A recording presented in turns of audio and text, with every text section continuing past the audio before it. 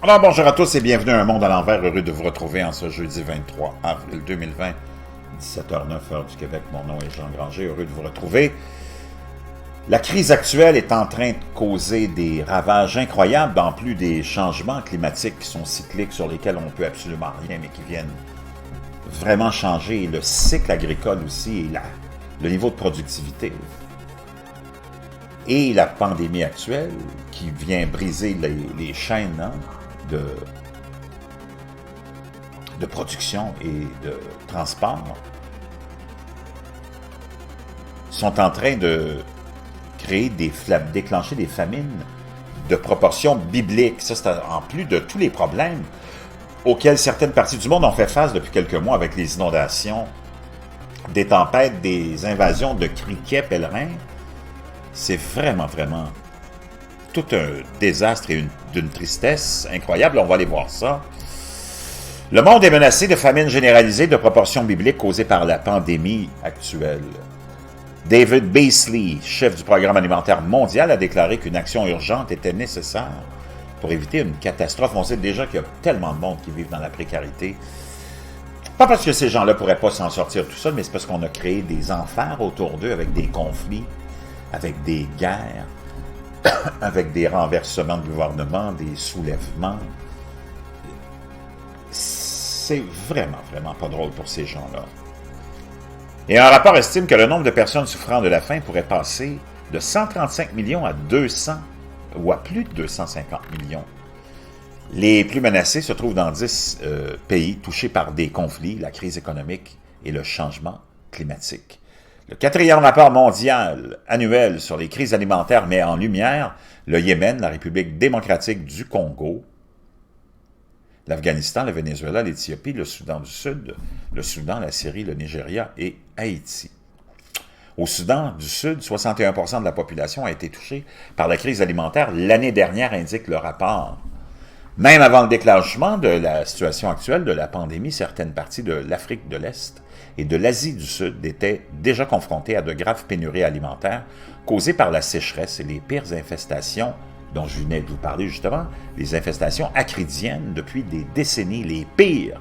Et ça vient manger tous les champs et les récoltes. S'adressant au Conseil de sécurité des Nations unies lors d'une vidéoconférence, Beasley a déclaré que le monde devait agir sagement et agir rapidement. Nous pourrions être confrontés à de multiples famines aux proportions bibliques en quelques mois, a-t-il ajouté.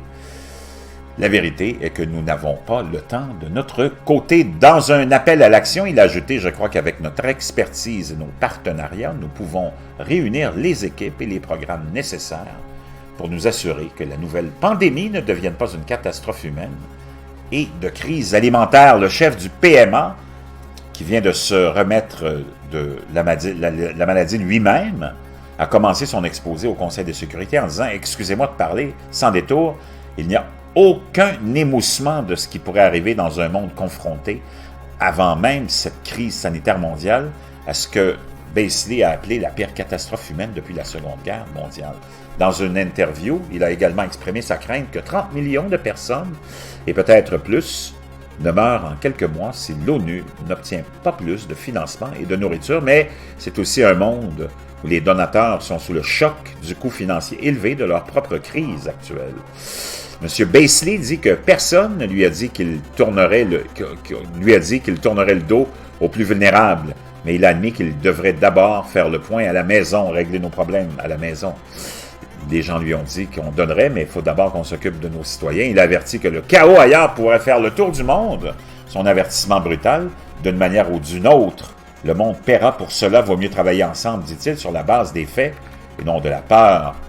L'économiste principal du PAM, Arif Hussein, a déclaré que l'impact économique de la pandémie était potentiellement catastrophique pour des millions de personnes qui sont déjà suspendues qu'à un fil.